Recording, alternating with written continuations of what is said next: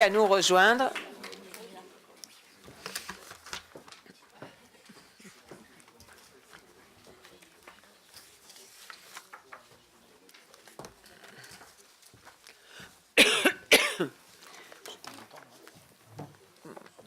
Oui, Maxime. Nous examinons maintenant sur le rapport de M. Frédéric Petit le projet de loi autorisant l'approbation de l'accord entre la France et la Bosnie-Herzégovine relatif à la mobilité des jeunes. Monsieur le rapporteur, vous avez la parole. Merci. Je vais commencer par les remerciements puisque j'avais prévu de passer après Liliana, donc je la remercie de la collaboration qu'on a. On est vraiment en contact permanent sur ces sujets. Et je remercie aussi Madame la Présidente, comme l'a dit Monsieur Hutin. Je trouve que je suis absolument enchanté que ces débats appellent autant de discussion et autant de profondeur, et je trouve ça absolument enthousiasmant. Nous sommes saisis d'un rapport qui est le complément, ce que j'appellerais le complément de ce que nous venons de faire, c'est-à-dire que c'est un rapport qui on nous demande de ratifier un accord qui a été signé en 2014 sur l'encouragement de la mobilité entre les jeunes bosniens et les jeunes français. Je reviens sur le contexte politique et social de la Bosnie-Herzégovine.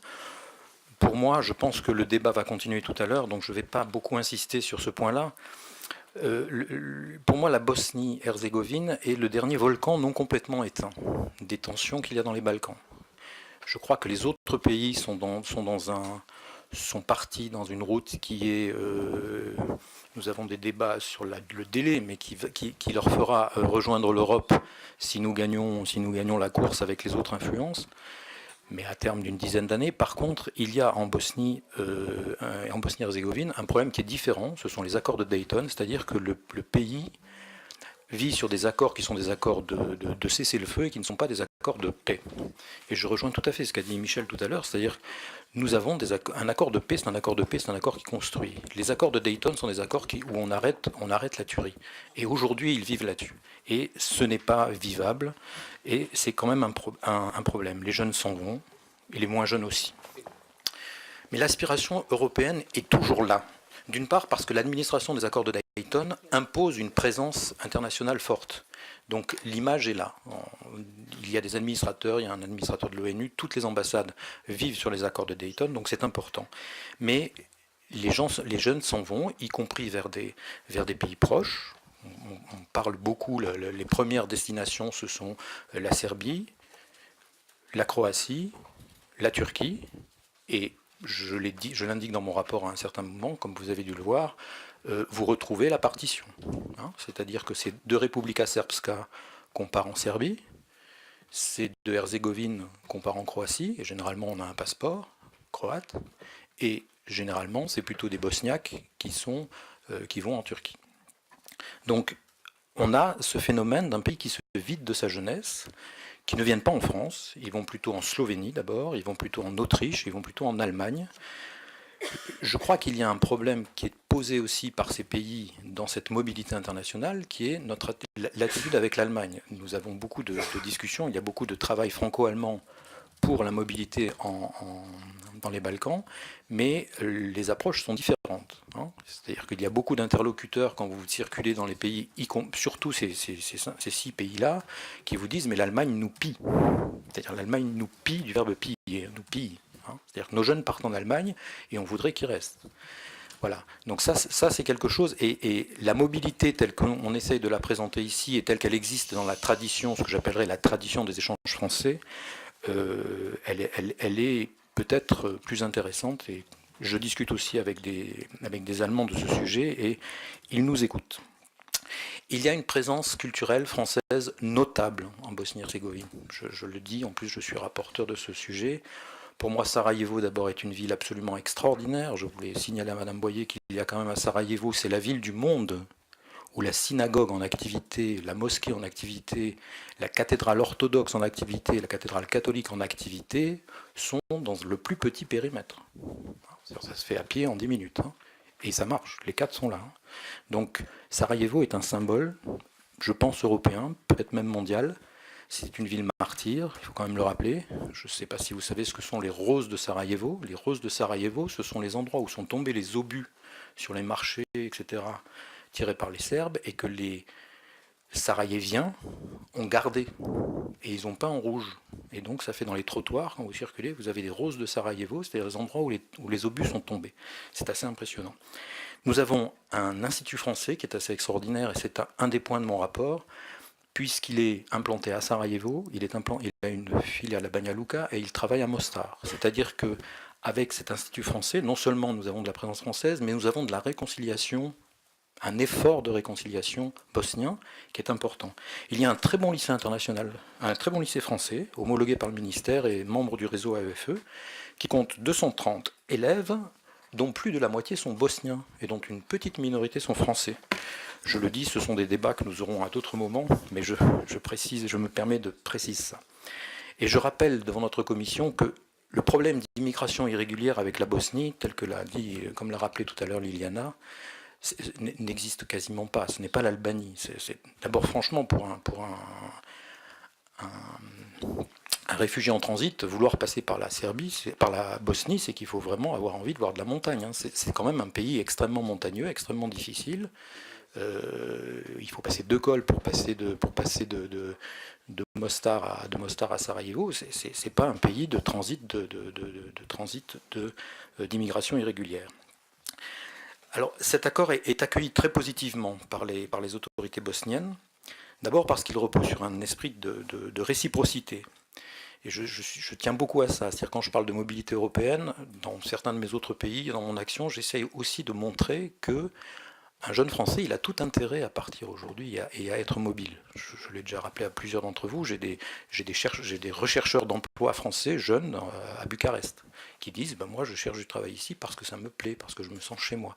Et je crois qu'il y a un effort absolument extraordinaire de l'ambassade de Tchéquie qui dit nous essayons d'attirer des jeunes talents français en Tchéquie parce que c'est l'Europe et parce que c'est quelque chose qui les enrichit. Et je crois que le fait que cet accord soit un accord de réciprocité est important pour eux. Et il confirme l'accord dont a parlé Liliana tout à l'heure, sur l'accord de 2008. Moi, je pense que c'est le modèle européen de règlement des conflits qui est en jeu. Je m'inscris tout à fait dans ce qu'a dit Michel Herbion tout à l'heure. C'est-à-dire que nous sommes, le défi qui nous est posé, c'est est-ce que des peuples qui s'entre-déchirent, est-ce que nous avons un modèle à proposer qui est capable de construire une paix? Voilà. Et sur quoi et pourquoi ça se joue? Effectivement, dans les Balkans, les gens sont très intéressés par ce qui s'est passé entre l'Allemagne et nous. Et je vous cite un exemple que je cite beaucoup et que je n'ai jamais cité à ce micro, mais qui m'a beaucoup touché et qui me touche encore beaucoup. Vous connaissez tous l'OFAGE, l'Office franco-allemand de la jeunesse. L'Office franco-allemand de la jeunesse a impulsé, créé l'Office balkanique de la jeunesse, qui a été porté sur les fonds baptismaux il y a 1 an, qui est installé à Tirana, et c'est exactement sur le même principe, avec des formateurs qui viennent de l'OFAGE et viennent reconstruire, retisser entre les jeunesses de ces pays qui se sont entre-déchirés il y a 20 ans, vient reconstruire exactement sur le même principe. J'apprends ta langue, tu apprends ma langue, on part en camp ensemble, etc., etc. Et c'est bien l'exemple de ce qui s'est passé entre la France et l'Allemagne il y a 70 ans, qui se reproduit et qui est repris. Parce que ces pays payent, ils ont mis 1 million sur la table pour le faire. Voilà, je ne reviens pas sur le contenu du texte qui est assez simple, qui est assez habituel. Nous avons des accords de ce style avec les autres pays de la région sur les étudiants, sur les stagiaires et sur les jeunes travailleurs. Et je remets, comme nous l'avons déjà traité dans cette commission, ce qui concerne les jeunes travailleurs est aussi un moyen pour nous d'encadrer ce que nous appelons, nous, les volontaires internationaux en entreprise. Voilà, je vais très vite pour laisser plus de place au débat, puisque je ne vais pas détailler les mesures. Moi, je crois que le message qui est important, encore une fois, c'est que nous nous adressons aux Bosniens. Nous nous adressons aux Bosniens. Et la mise en place de cet accord, comme la mise en place, comme le travail que fait l'Institut français, comme tout ce que nous allons essayer de faire, nous parlons aux Bosniens et nous parlons aux 3 communautés. Et nous pouvons arriver, en particulier sur des jeunes, nous pourrons être un pont entre ces 3 communautés. Je crois que je peux même utiliser l'expression bruit de bottes. Je crois qu'en Bosnie, aujourd'hui, on entend des bruits de bottes. Et si tout ce que nous pouvons faire, qui s'adressera aux 3 communautés, sera quelque chose qui fera de toute façon avancer la paix. Madame la Présidente, j'en ai fini et je suis prêt à répondre aux questions. Monsieur le rapporteur, permettez-moi de vous remercier vraiment pour nous avoir fait partager, au fond, votre connaissance profonde de ce pays, de la Bosnie-Herzégovine. Merci beaucoup. Nous allons ouvrir maintenant le débat. Je donne la parole au collègue Jean-Luc Mélenchon. Oui, je remercie le rapporteur pour son exposé, pour que les collègues soient pleinement informés et votent tranquillement en conscience. Moi, je pense que je vais voter votre rapport, collègue, pour la raison que vous avez évoquée à la fin, d'un geste à faire. Mais j'oublie pas d'où on part. La Bosnie est le résultat de la méthode effroyable de démembrement de l'ex-Yougoslavie. Le point de départ est dans le fait que le gouvernement allemand a refusé d'entendre ce que demandait le gouvernement français, à savoir qu'avant qu'on reconnaisse les indépendances de la Croatie, de la Slovénie et de la Serbie, chacun des gouvernements reconnaisse d'abord le statut de sa minorité. C'était la demande française. Les Allemands sont passés outre et ont reconnu en 48 heures des entités dont les frontières n'étaient pas définies et les minorités non reconnues dans leurs droits. Ça, ce sont les faits. Pour terminer, après la déflagration générale, la Bosnie-Herzégovine, la Bosnie était le pays le plus multiculturel et multiconfessionnel de toute l'ex-Yougoslavie. Et nous pensions, nous défendions, ceux qui à l'époque s'en occupaient, cette idée qu'il fallait leur donner leur chance. Les conditions effroyables de la guerre civile en Bosnie, alimentées et financées par toutes sortes de gens tout autour, ont abouti à ce résultat qu'il y a 3 collectivités, que chacune constitue une république sur une base ethnique et qu'elles sont fédérées dans la Bosnie d'aujourd'hui. L'absence de l'Europe et des pays européens, leur tellement visible implication dans le chaos qui régnait, a été telle que ce sont les Américains qui, après être intervenus militairement sur la Serbie dans le cadre de l'OTAN, ont parrainé ce qu'on appelle les accords de Dayton. Les accords de Dayton, c'est typiquement une invention américaine, c'est-à-dire une fédération d'ethnies qui constitue un État. Voilà. Nous, les Français, on n'a jamais vu comme ça les États-nations. Ce n'est pas notre façon de voir le monde, et nous ne croyons pas que ce soit une solution que de fabriquer un État en fédérant des ethnies, parce que les ethnies restent et les États disparaissent. Et c'est ce qui se passe.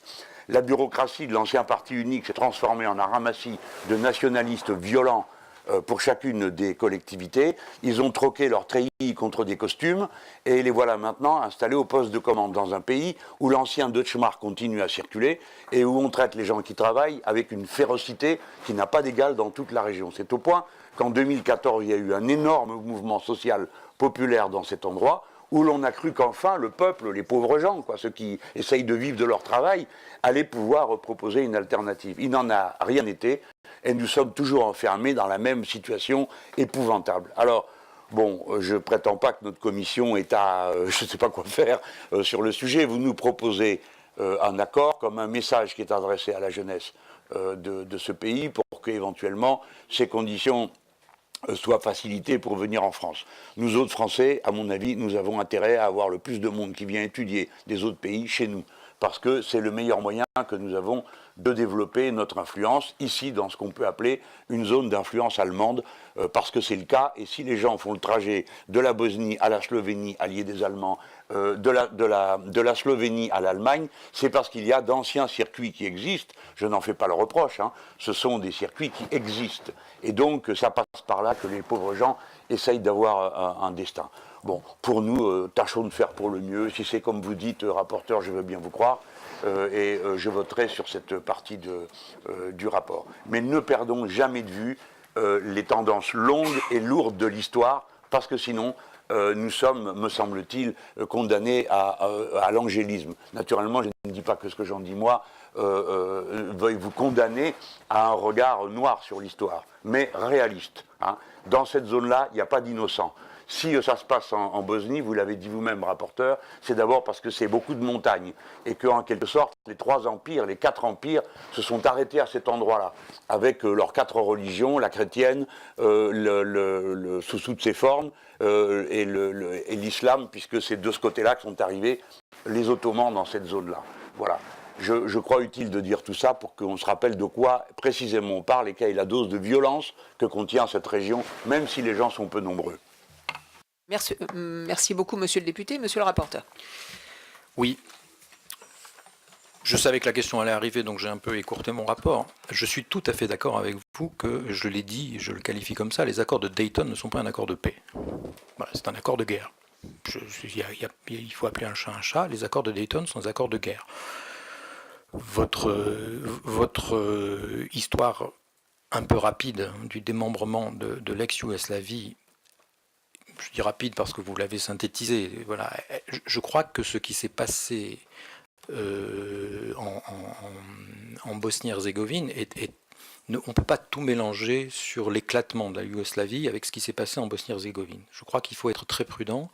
Je crois que l'éclatement de la Yougoslavie, je ne sais pas si je suis prudent, mais enfin, l'origine est quand même dans un refus constitutionnel de la succession de Milosevic, successeur de Tito, de reconnaître qu'on était dans une fédération. Voilà. Et les autres pays disent, si tu ne veux pas reconnaître qu'on est une fédération, je ne vois pas pourquoi on reste dans une fédération. Donc c'est ça l'origine des origines. Il faut quand même rappeler que c'est à partir de ce moment-là qu'on a entendu des bruits de bottes. Ce qui se passe en Bosnie est un peu différent, puisqu'il y a quand même eu, et ça je vous le rappelle à tous, et c'est encore visible aujourd'hui quand vous circulez dans cette région, il y a quand même eu en Bosnie-Herzégovine, il y a des enjeux qui sont différents, qui sont des enjeux de nettoyage ethnique. Il faut appeler aussi un chat, c'est-à-dire que une de mes électrices, je le dis comme ça, je ne vais pas dire son nom, mais une de mes électrices qui est une binationale, mariée à un pharmacien français, une de mes électrices, elle a quitté son pays, elle habite à Sarajevo parce qu'on l'a chassée de son village. Voilà, donc voilà, parce qu'elle était bosniaque et qu'elle habitait dans la zone qui est soi-disant maintenant la Republika Srpska. Donc il y a eu un nettoyage ethnique, donc ce qui se passe, et cette violence qui se passe aujourd'hui, est une violence qui cherche à justifier cette partition, et qui est effectivement contraire à ce que nous, Français, nous appelons une nation. Voilà. Mais, chers collègues, on tombe sur un sujet encore plus profond et dont je voudrais quand même vous alerter, parce que nous sommes tous Français ici, mais il n'y a qu'en France que la citoyenneté et la nationalité sont confondues. C'est une particularité de la France. Hein. C'est la Révolution, tu aimes la liberté, tu es français. Je vous rappelle que les Marseillais dont je suis n'étaient pas français, c'est pour ça qu'on a appelé ça la Marseillaise. Et on a dit, celui qui croit à la liberté, il est français. Et donc, mais un Allemand, ça le fait rire quand on lui dit que voilà, les passeports lituaniens, vous avez citoyenneté et nationalité, c'est différent. Hein. Donc, cette notion, cette confusion entre nationalité et citoyenneté que nous faisons en France pour des raisons qui sont notre propre richesse, font que sur ce genre on est en incompréhension totale de ce genre d'accord. C'est-à-dire qu'aujourd'hui, je ne sais pas comment on peut construire un État bosnien sur les accords de Dayton. Je ne comprends pas. Parce qu'il y a 4. Hein. Vous avez dit 3, il y en a 4. Parce qu'en fait, il y en a une intermédiaire. Hein, puisque c'est exactement, vous avez les Bosniaques, l'entité, parce qu'il faut dire entité, il ne faut pas dire communauté, il faut dire l'entité bosniaque plus l'entité croate font la fédération. Et la fédération traite avec la Republika Srpska. Hein, donc c'est un peu compliqué. Hein, c'est-à-dire qu'il y a aussi une alliance à deux qui est aussi une entité. Hein, donc voilà. Et qui ne se voit pas au niveau de la construction de l'État, mais qui se voit au niveau de la construction des régions et des pouvoirs locaux. C'est assez particulier. Et effectivement, les accords de Dayton ne sont pas des accords sur lesquels on peut construire la paix. Voilà. Alors, il y a un peu d'optimisme quand même. Alors, une chose que je reprends dans votre discours, je crois que les accords de Dayton, quand même, il ne faut pas dire que c'était des accords entre ethnies. C'était des accords entre combattants. C'est-à-dire c'était des accords entre groupes combattants. Il se trouve, mais les accords de Dayton reconnaissent des entités, mais ils ont essayé d'éviter le terme d'ethnie. Et c'est ça qui aujourd'hui, c'est le petit coin dans la porte qui peut arriver à faire exploser ce système et à le transformer, c'est qu'il y a des gens qui aujourd'hui disent « je suis bosnien » et d'abord je suis ni l'un ni l'autre ni l'autre. Hein. Il y a eu 2 cas, il y en a un qui était rom et un qui était juif, qui a dit « non, moi je suis bosnien mais je suis juif. Donc, ouais, et je n'ai pas le droit de me présenter comme président de la République, c'est injuste ». Et il a gagné à la Cour internationale. Donc ça, c'est un premier problème. Et le deuxième problème, c'est qu'il y a des gens qui disent je suis de telle entité, mais j'aimerais pouvoir voter parce que lui me plaît, et qui pose ce problème. Et aujourd'hui, les élections telles qu'elles se préparent, les élections de l'automne, ne sont pas, le problème n'est pas encore réglé. Tout le monde est en campagne, mais le règlement de comment on va faire pour que ces élections soient légales, soient correctes, soient faites, il n'est pas encore fait. Ils sont encore en train de négocier pour changer le système, pour que le système soit un système qui soit acceptable et qui puisse leur permettre d'avancer. Alors, il y a une lueur d'espoir quand même qui me semble très importante et qui concerne l'Europe. Le 9 janvier, M. Dodic, qui est je suis d'accord avec vous, le boutefeu de la Republika Srpska, a créé, il n'a pas le droit d'avoir d'armée, d'accord ? Donc il a créé une police qui a des fusils, qui a un uniforme, qui défile, etc., le jour de la fête nationale. Et il a invité M. Vučić, qui généralement venait. Et parce que la Serbie, d'un côté, parce que la Croatie, maintenant, est beaucoup plus calme et beaucoup moins agressive, puisqu'elle est dans l'Union européenne, les entités boutefeu qui tournaient autour, manifestement, abandonnent ou se retirent un peu et comprennent qu'ils ne peuvent plus avoir de la guerre à côté s'ils veulent rester dans un canal d'intégration européenne. Et ça, c'est quand même un petit signe d'espoir. Je m'excuse d'être aussi long. Non, je vous en prie, monsieur le rapporteur. Merci beaucoup. Bruno Fuchs.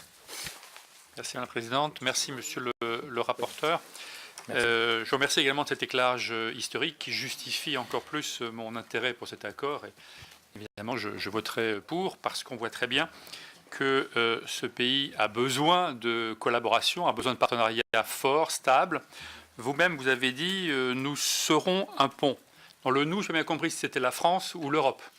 Et j'ai proposé une troisième voie, puisque le président de la République a décidé de relancer la dynamique liée à la francophonie, avec un discours important, un nombre important de propositions à l'Académie française. J'ai vu que l'Institut français dont vous avez parlé de Sarajevo accueille 500 étudiants, que 230 élèves sont aujourd'hui inscrits, et la moitié sont des Bosniens inscrits au lycée international français de Sarajevo. Alors, ma question elle est double. D'abord, est-ce que via la francophonie, on peut espérer avoir une approche et un intérêt, une écoute en tout cas de la part des Bosniens, et quel pourrait être justement l'apport de la communauté des francophones? Et puis, dans les pays membres de la francophonie, il y en a 54, il y a 26 observateurs. Dans les 26, il y a la Bosnie. Est-ce qu'on peut imaginer comment et à quelle échéance voir la Bosnie intégrer la communauté des francophones en tant que pays membre? Merci beaucoup. Alors, comme j'ai plusieurs intervenants, vous me permettrez de les prendre ensemble pour que vous puissiez répondre, parce que je vois le temps tourner, même si le débat est absolument passionnant. Denis Masséglia. Merci, Madame la Présidente. Je voulais moi remercier le rapporteur pour la qualité de sa présentation qui nous permet vraiment de nous enrichir sur le sujet. Vous avez parlé de mobilité, donc des jeunes vers l'Allemagne. Est-ce qu'on peut avoir des chiffres de répartition sur les pays européens? Et je voudrais faire un focus un peu sur un pays, la Slovénie. On sait que c'est un pays qui a un développement industriel très important. Beaucoup d'usines, par exemple, automobiles, y sont présentes. Et des besoins en termes de personnel sont très importants. Je crois savoir que de nombreuses personnes de Bosnie-Herzégovine y vont. Est-ce que vous pouvez m'en dire plus, s'il vous plaît? Merci. Merci beaucoup. Isabelle Roche. Oui, merci Madame la Présidente et vraiment merci au rapporteur pour toutes les explications qu'il peut nous apporter. Et ma question rejoint finalement un peu celle de mon collègue Monsieur Denis Masséglia.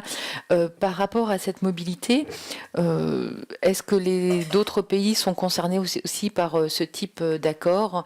Et si oui, quels sont ces pays? Je vous remercie. Merci beaucoup. Marion Laine. Merci Madame la Présidente.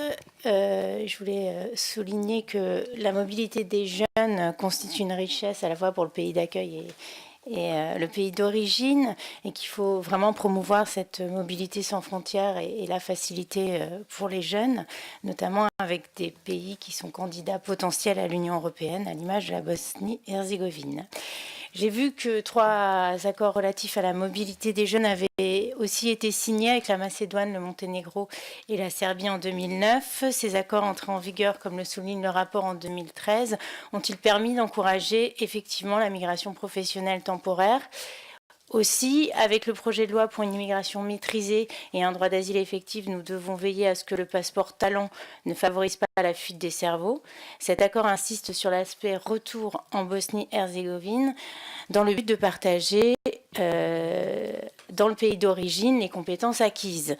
Alors, avec la Macédoine, le Monténégro et la Serbie, cela a-t-il pu engendrer un bénéfice d'un retour des compétences des jeunes venus de France, par exemple, et dispose-t-on d'éléments concrets témoignant de ce partage de compétences? Je vous remercie.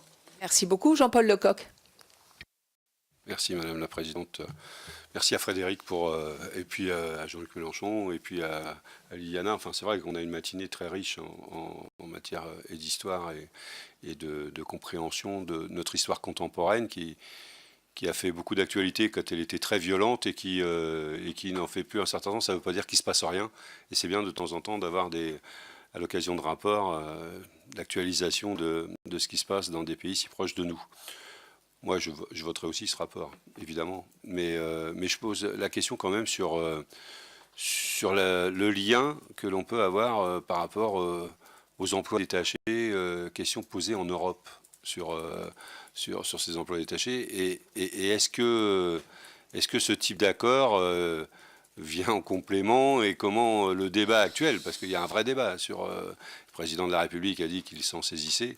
En tout cas, moi, je le vis au quotidien dans ma circonscription, que ce soit pour les transporteurs, que ce soit pour les travailler dans la raffinerie, dans les usines, etc. Et ce questionnement-là est un questionnement des citoyens français, quoi. C'est-à-dire qu'à un moment donné, comment régule-t-on les choses?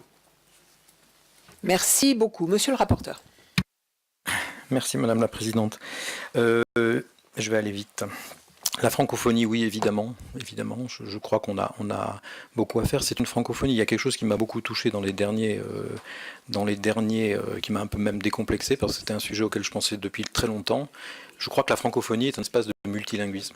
C'est des choses qu'on vient de remettre, et c'est très important. Je veux dire, les lycées de ma circonscription, on parle les autres langues. Je vous ai dit, il y a une minorité de Français dans ce lycée français, où on parle français, mais on parle aussi les autres langues.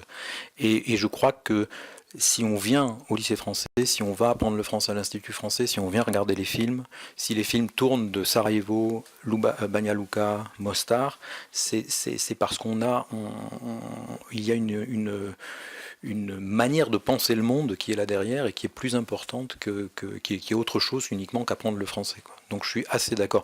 Après les formes, on pourra en parler des heures, hein. J'ai quelques idées, on pourra en parler des heures. Mobilité vers la Slovénie, évidemment, la Slovénie c'était l'Autriche sur Yougoslave, il faut être clair. D'abord c'est de l'autre côté, hein, c'est du bon côté. Je vous rappelle que la Slovénie, pendant la guerre de sécession, ça a duré 3 jours ou 4 jours, je crois. Hein. C'est-à-dire ils ont dit tout de suite, bon, nous c'est terminé, et les forces serbes, soi-disant fédérales, n'ont pas insisté. Donc effectivement, la Slovénie, c'est la proximité pour ces jeunes. D'abord, ils comprennent un peu la langue, et puis c'est la route. Et effectivement, la Slovénie a une industrialisation, une manière de se développer qui a été beaucoup plus rapide que tous les autres pays fédérés dans l'ex-Yougoslavie. Et puis c'est un port. Superbe port. Hein. Voilà, donc effectivement, la Slovénie a un rôle très important dans cette région et d'aspirateur. Résultat, une question sur les autres pays, c'est-à-dire les autres pays de l'Europe qui ont signé ça, ou les autres? Ah, je ne sais pas. Je ne sais pas. C'est un accord franco-bosnien. Je ne sais pas si voilà. Mais ça me permet dans ces cas-là, je saute à la réponse à Jean-Paul. En Europe, d'abord, travailleurs détachés, c'est pas un pays de l'Union européenne. Voilà. Je pourrais en parler des heures. Je voudrais juste dire et rappeler à mes collègues que ce débat sur les travailleurs détachés, que j'ai évidemment beaucoup suivi, qui a été avait quelque chose d'un faux débat. C'est-à-dire que la mobilité professionnelle en Europe, elle existe depuis 50 ans. Okay, et ça marche. Moi, quand je travaille en Pologne, j'étais en Pologne, je payais mes cotisations en Pologne, et quand il m'est arrivé de revenir en France, j'avais mon inscription, ma fin de travail européenne, quoi. Ça marche. Il y a énormément de travailleurs en Europe qui sont mobiles et qui ne sont pas détachés. La circulaire de 96 du détachement est une circulaire qui gère l'exception. Évidemment, un grand nombre de pays en 2004 se sont engouffrés, en particulier des transporteurs, dans cette exception. Il fallait la réduire, il fallait le faire. Mais je voudrais qu'on arrête de nous dire que détachement égale mobilité en Europe. Ce n'est pas la circulaire de 96 qui gère la mobilité des travailleurs en Europe. La mobilité des travailleurs en Europe, elle existe, elle marche. Les sécurités sociales fonctionnent entre elles. Il y a des tas de Polonais qui travaillent, des ouvriers polonais qui travaillent en France, qui payent leur sécurité sociale en France, et leurs femmes est assurée en Pologne. Ça marche, ça marche. Les services correspondent. Je vous ferai un rapport, si vous voulez, mais ne confondons pas. Et surtout là, c'est pas concerné. Donc, la mobilité, pour répondre en même temps à votre question, Madame Roche, la mobilité donc avec les autres pays, après on est en mobilité européenne, je pense. Résultat des autres conventions, Marion, c'est assez récent d'abord. Il n'y a pas eu un déclic énorme, c'est le moins qu'on puisse dire. Ça n'a que quelques années, ça accompagne des démarches.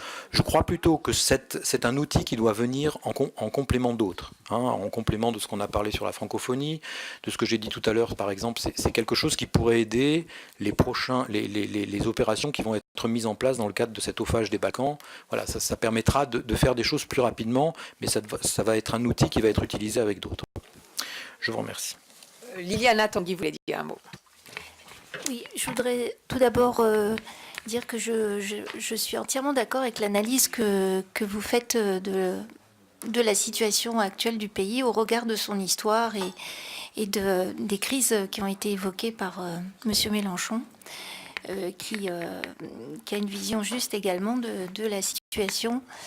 Et je pense que la France devrait peut-être s'y intéresser davantage à cette partie-là de l'Europe, parce que nous sommes voisins et moi personnellement, j'ai l'impression que par moment, on les délaisse un petit peu alors qu'ils sont en attente d'avoir des encouragements pour pouvoir progresser vers les standards européens, que ce soit sur le plan social, économique, etc.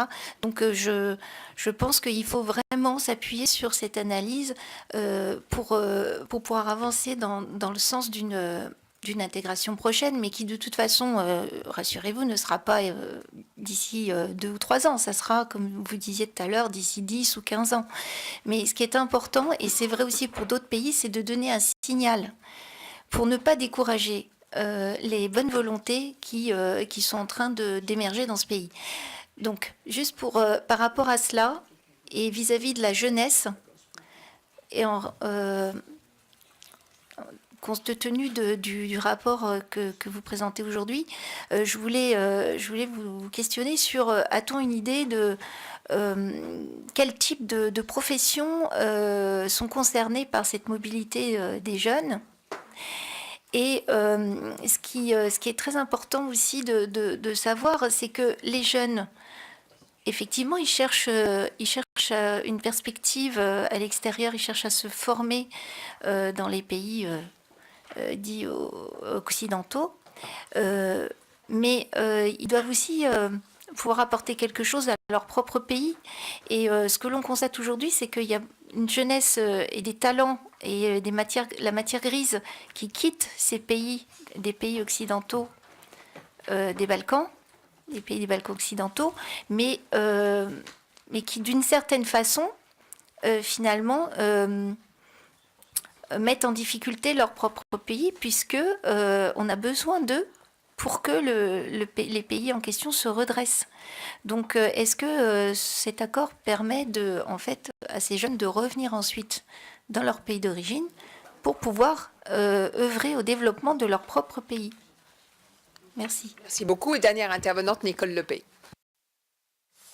Juste, Madame la Présidente et Monsieur le rapporteur, juste pour rebondir sur les propos de Liliana Tanguy, Je me souviens du pont de Mostar. J'y étais en 1984, juste avant les événements. Et le pont de Mostar, quand j'ai vu qu'après, il a été une symbolique de ce lien entre les personnes, l'après-guerre, et que ça a été la première reconstruction que l'on a fait. D'ailleurs, je crois qu'il est inscrit au patrimoine de l'UNESCO. Je me dis que peut-être qu'à travers ce pont et à travers cette reconstruction, et la jeunesse, comme vous avez dit tout à l'heure, est-ce que peut-être avec la mobilité, avec l'Erasmus européen, est-ce qu'on arrivera peut-être à donner une autre impulsion à la jeunesse universitaire? Monsieur le rapporteur, pour quelques minutes. Oui, je vais commencer par... excusez-moi, j'ai plus l'ordre dans lequel... Voilà. Je vais commencer par l'investissement, c'est-à-dire qui concerne aussi le retour. Je crois effectivement, et je rejoins encore ce qu'a dit Jean-Luc Mélenchon tout à l'heure, c'est-à-dire que je crois que ce qui manque en particulier dans ces pays, et ça sera une grande différence d'analyse profonde, je pense qu'il manque de capitalisme, parce que le capitalisme est un peu corrompu dans ce qu'il est aujourd'hui. Je ne pense pas qu'il manque de travailleurs, qu'il manque d'organisation, je pense qu'il manque que des gens viennent investir en étant sains et en maîtrisant, disons des capitalistes français, je dirais. Voilà. Voilà, mais il manque des capitaux, d'accord, mais je ne crois pas que ces pays, et ça sera une différence entre nous, je ne vais pas ouvrir le débat, mais moi j'ai vécu dans des pays où le capitalisme n'était que d'État, et j'ai vu que c'était parfois pas forcément la bonne solution. Maintenant, je vais revenir sur ce qu'a dit Liliana, je crois qu'il faut effectivement qu'on aspire vers le haut. Il faut qu'on trouve, et je l'ai dit, c'est notre modèle de réconciliation qui est en jeu. Je crois effectivement, je vais vous citer pour finir, Madame la Présidente, deux choses auxquelles je crois profondément. Il faut retrouver, et je pense que c'est bon pour toute l'Europe, il faut retrouver des choses qui vont jouer le rôle de la CECA. C'est-à-dire, je crois qu'on règle un conflit, on le règle par le haut si on trouve le sujet qui fait que, ok, ça on le règle ensemble. Voilà. Et je vous rappelle aussi, chers collègues, et je vais vers la francophonie, que M. Monnet, quand il était 20 ans avant sa mort, a dit, paraît-il, si c'était à refaire, je ne commencerai pas par la CECA, je commencerai par la culture.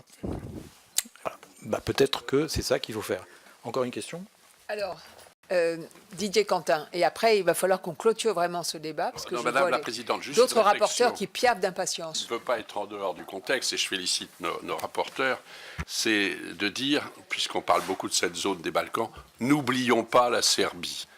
Et ce à quoi je fais allusion, c'est à une mission que nous avions eue à la fin de la précédente législature, où votre prédécesseur, ainsi que le président de l'Assemblée nationale de l'époque, avaient pris plus ou moins l'engagement de contribuer à une réfection du monument à la France à Belgrade, où il était écrit « Aimons les Français, aimons la France comme elle nous a aimés ». Alors c'est une parenthèse que j'ouvre, mais il ne faudrait pas que cet engagement soit oublié, puisque nous l'avions pris assez solennellement. Voilà, je referme la parenthèse. Je réponds très concrètement. Donc je pars demain à Belgrade, où je serai 2 jours. Je vais participer à la réunion régionale des conseillers du commerce extérieur de la France, qui... justement, ce lien que nous tissons ce sont des bénévoles, les conseillers du commerce extérieur de la France, de toute la région, se retrouvent à Belgrade. Et je vous rappelle aussi que l'Assemblée nationale, à mon impulsion, mais c'est l'Assemblée nationale qui va inviter une réflexion parlementaire. Donc tous les groupes d'amitié de cette région et de toute ma circonscription seront invités à l'automne à des journées d'études et de confrontation de... ce qu'on appelle la guerre qui a continué à l'Est. Donc justement la Serbie, la retraite de Serbie, Berthelot, etc., de ces récits historiques de la fondation de ces pays il y a 100 ans qui seront importants, les journées d'études s'appelleront 1917-1923, sortir de la guerre, nation et démocratie. Voilà, et j'ai fini. Eh bien, monsieur le rapporteur, restez encore là, parce qu'on va d'abord voter votre rapport. Juste, il y a eu une question sur les travailleurs détachés. Je veux rappeler, parce que c'est tout à fait d'actualité cette semaine, que le Parlement européen a adopté hier, donc projet de directive sur le travail détaché, qui va maintenant passer formellement devant le Conseil européen, qui est une directive qui dit 2 choses, me semble-t-il, importantes, qui vont dans le bon sens. 1, la durée maximale de détachement sera désormais 12 mois, prolongeable de 6 mois. 2, les conditions de travail devront respecter les règles du travail qui sont celles des pays d'accueil dans leur intégralité. Et ceci est une avancée, me semble-t-il, importante. Voilà ce que je voulais souligner. Monsieur le rapporteur, Monsieur Mélenchon. Votre permission, Madame la Présidente, puisque vous évoquez l'accord d'hier, le vote d'hier, il me paraît important de dire que tout le monde ne l'a pas voté, dont mon camarade, et je veux qu'on sache pourquoi. Le paiement des cotisations sociales continuera dans le pays d'origine et les frais qui d'habitude étaient couverts dans le pays d'accueil, logement, hébergement et je ne sais quoi encore, ne le seront plus. Il y a donc des raisons de penser que ce n'est pas qu'un accord favorable, raison pour laquelle, pour ma part, je m'y oppose. Je pense, Monsieur Mélenchon, que j'ai factuellement dit que c'était une avancée et je continue de le penser. Je pense que la situation sera meilleure demain qu'elle ne l'était hier. Et donc, je préfère regarder les choses comme cela, même si la question des charges sociales demeure. Nous sommes absolument d'accord là-dessus. Merci beaucoup de cet éclairage, mais je ne vous reproche pas non plus d'avoir un avis, Monsieur Mélenchon. Sans ça, la vie serait bien triste. Voilà. Monsieur le député, Monsieur le rapporteur, on va mettre au vote votre rapport, qui est d'avis de l'adopter. Merci. Qui est d'un avis contraire? Qui s'abstient? Bien écoutez, bravo, Monsieur le rapporteur, pour cette adoption à l'unanimité de notre commission.